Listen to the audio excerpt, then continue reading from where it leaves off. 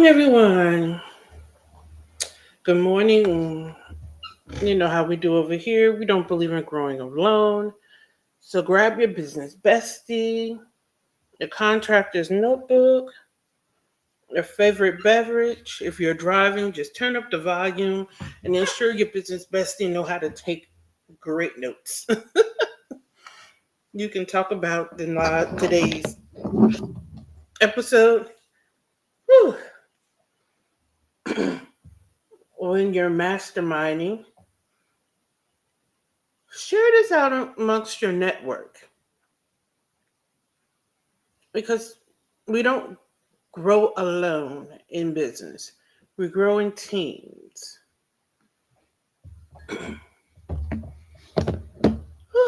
Welcome to this morning's edition of Contracting Chatter. I hope you had an amazing, restful weekend. I actually spoke at an event Saturday, and it was a great event. It was empowering. All the speakers brought fire, they brought information. You know what? A lot of times you go to events and all the speakers bring fire. But this event, they brought fire and information. It's one thing to bring fire, it's another thing to bring fire and information. And that is what all the presenters brought this weekend. They brought fire and information. And it was such a great weekend. It was such a great event. The title of the event was Influence Her. And I want to say that everybody who spoke with influence. They spoke with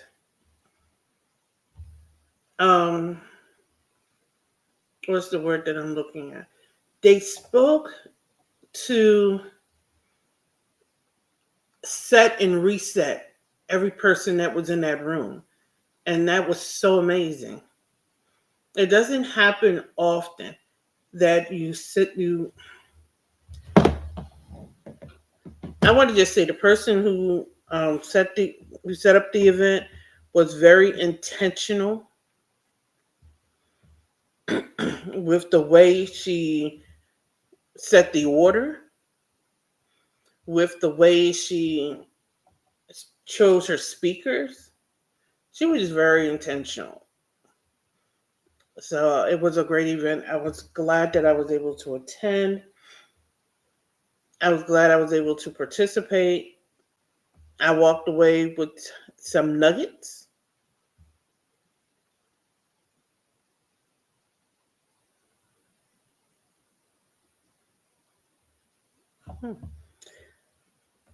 I was just glad I walked away with some nuggets for myself. It was amazing. So let's get this party started. You know what I'm trying to do is I'm actually sharing my broadcast into my group because if anybody's aware, Facebook has made some changes to streaming. And you used to be able to just stream directly into groups, and now you can't. You have to do all these workarounds to stream into a group. And then every so often you have to reset the workarounds, but they don't let you know when you have to reset. Well, they didn't let me know, and I have to reset, and I didn't have time to do it before I went live this morning. So, one of the things I want to talk to you about this morning was during the ceremony or during the event, they had somebody come in to speak about community grants. Now, TikTok, I know how TikTok is. So if you can please tap the screen, share the live. I would appreciate it. They had somebody come in and speak about community grants. Now, a lot of people think all grants are the same, and they aren't. Community grants are a lot different, or they function differently than government grants. The way they're viewed are different. The way they are administered are different. They're just a lot different than your standard grants that you see listed on grant.gov. Now, I would recommend everybody who has a business look into your local community grant, and I'm gonna tell you why. One, it give you great feedback. Oops. They give you great feedback. Two, the funding, well, obviously the funding. Three, you get to know your local funders. And a letter from your local funders go a long way for federal grants. A letter of recommendation from your local funders go a long way for federal grants. I know a lot of people don't realize it. When you're going after federal grants, they always ask for a letter of reference. You can use those letters that you received on the local letter level when you're pursuing federal grants.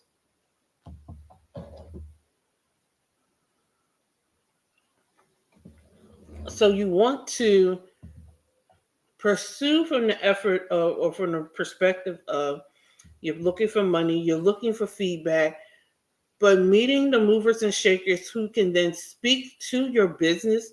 Good morning, Patty.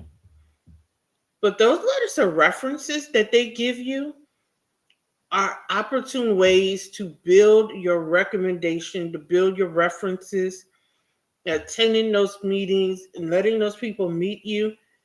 There are sources and resources that you can use when you're bidding on federal grants. It's the perfect opportunity. Now, the person who was speaking about grants at this event on Saturday, she talked about they have two types of grants. And whether you receive one grant, if you can get denied for the grant that you're applying for, but they use that grant to apply you for other grants, a lot of people miss out on money because they refuse to apply. And that's the thing. The grant she came to speak for, now I was speaking in Augusta. That's the only reason I'm not saying what the grant was, because it might not apply in your area. However, a lot of these community-based grants work the same way. You apply for one grant and they use that one grant application and apply you automatically to multiple grants. So you get denied for one grant and they apply you to another grant and they apply it to another grant and apply it to another grant. And then something else she said, and I wish people, and this is why I keep telling you about the entrepreneurial mindset, and you have to change your mindset. The grant is for $15,000. And you think, well, if I say I only want 10, they'll approve me because I'm not going for the maximum. It's a $15,000 grant. Apply for $15,000 because they're giving out money until the money goes away. So by the time they get to your application, let's say they don't have that much money and they're only giving out a percentage. And this was an excellent point that she made. Well, if they can only give out, say, 75% of whatever the person is asking for, and you in your infinite wisdom only ask for 10,000 or 5,000 or some number, well, if you what they can give you is such a small amount, you may get nothing because they're saying, based upon your need, the amount they've given you isn't going to help. So ask for the full amount. I know people think they're doing a good thing by not asking for the full grant, but you're actually hurting yourself by not doing it. I thought that was the excellent bomb point that she made. And but it goes back to that mindset that people bring into business, that is, don't ask for too much. If you ask for too much, people think you're greedy.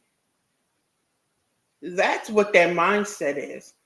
So you're going into a community grant, you know you need the 15,000, but you feel they will view you as greedy if you ask for it, so you ask for something lower.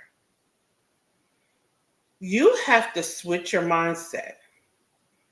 When I was coming back from the event, I went live on Facebook during the ride back, and I talked about one of the speakers. She was awesome.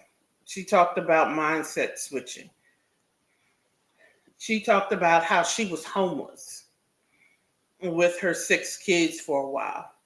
But the whole time she was homeless, um, she never let them forget who they were, and she never forgot who she was. And now she has a best-selling book. She has a business. She has a mindset business. Matter of fact, she mentored the woman who started the nonprofit that I spoke at the event Saturday. And she's come a long way from being homeless with 6 children. It's mindset. A lot of people fail in business because their mindset never switches. You have to think differently. It's the constant renewal of the mind. It's the constant, rep- honey, if you're around people who are constantly speaking negative over you, you got to quit it. I'm in a group now who's doing Toastmaster. Her Toastmasters team placed, I forget what the placing is. She shared that with somebody, and they just totally trashed it like it wasn't a great accomplishment. She shared that in the group, and we praised that because we understood what that placing meant in Toastmaster. Whoever she shared that with either didn't understand it or was jealous of her accomplishment. You have to get people who will praise your accomplishments, who understand the path and the journey that you're on. And that will help you with your mindset shifting. And with that mindset shift, it helps you when you're applying for grants.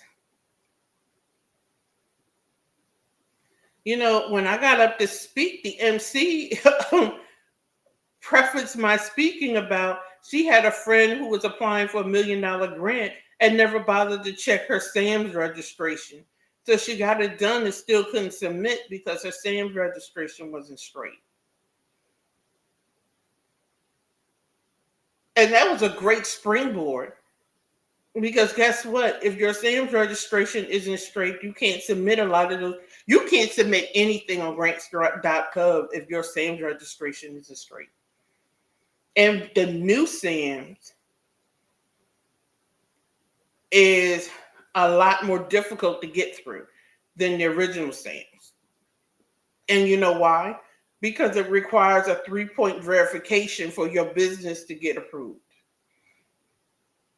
So if you don't remember how you register your business originally, and you just go through and register your business how it is today versus how you told the IRS, how you told the state, and none of the information matches, it gets bounced.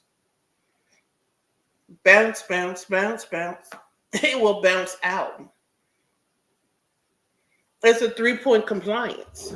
That's one of the many reasons why companies are getting bounced out of beta SAMs when they go to do the renewal.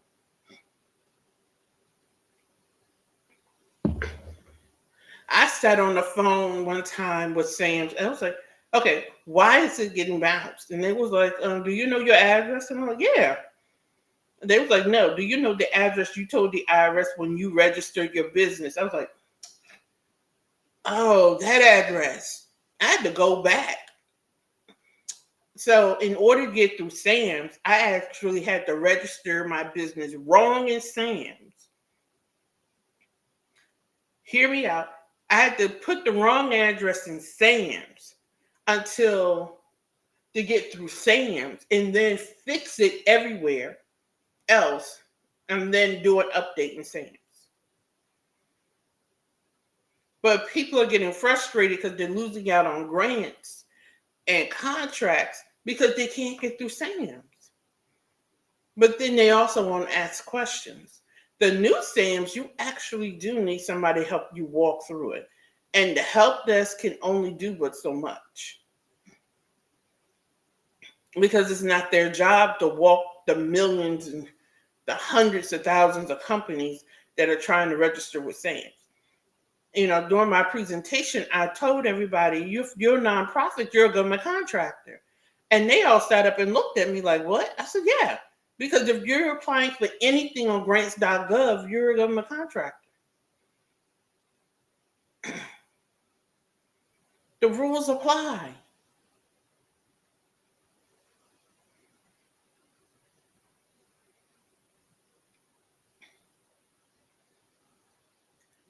So it was just an amazing weekend. It was an amazing event.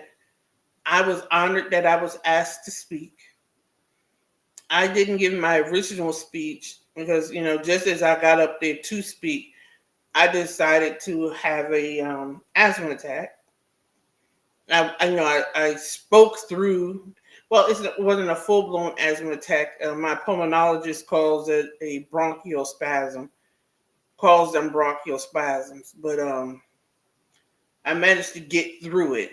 But yeah, hot mess. But you persevere. You get through. You go through. But the event was great. The nonprofit event, the vendors who supported the event, there was great vendors there. So yeah, that was my weekend in a nutshell. The gift bag, the swag bags were great. Here's mine. Her color this year was green, representing prosperity. And she released the new branding for her company or her nonprofit, which was cool. I thought it was great. There was an Avon vendor there. I haven't seen Avon in years. So there was an Avon vendor there.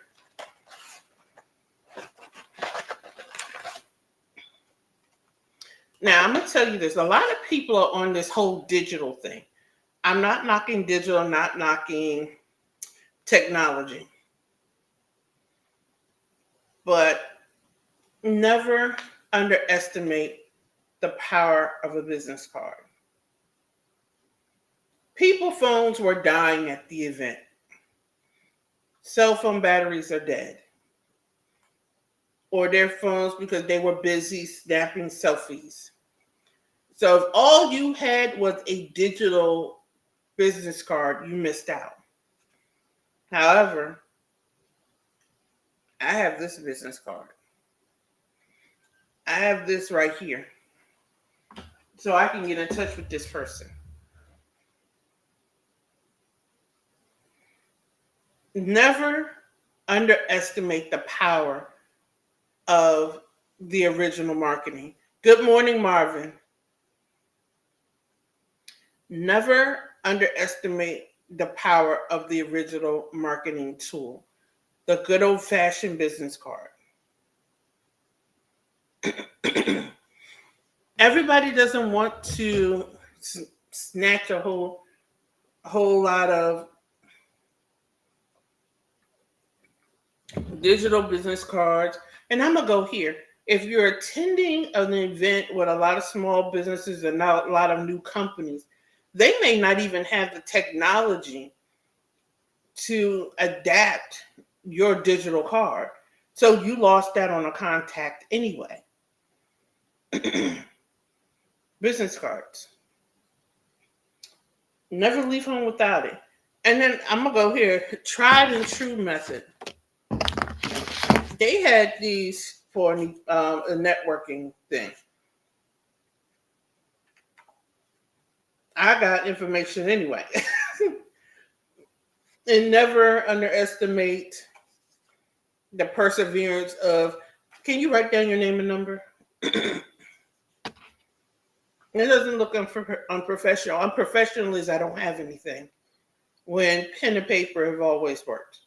Before there were business cards, there was pen and paper.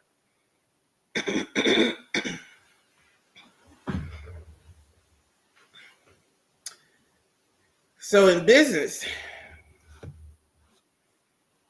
there's make way. There's can do.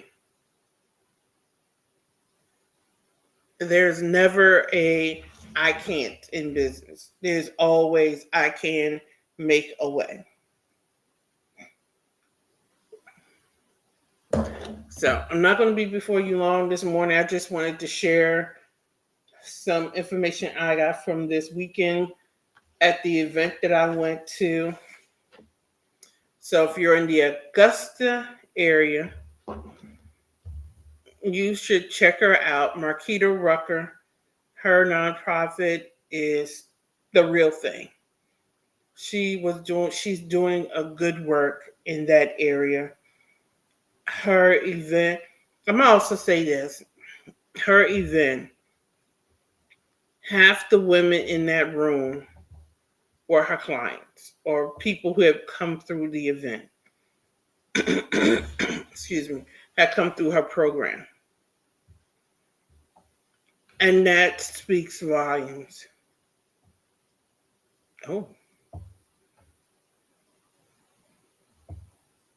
One of the speakers for the event was her mentor. Remember, your mentor should have a mentor.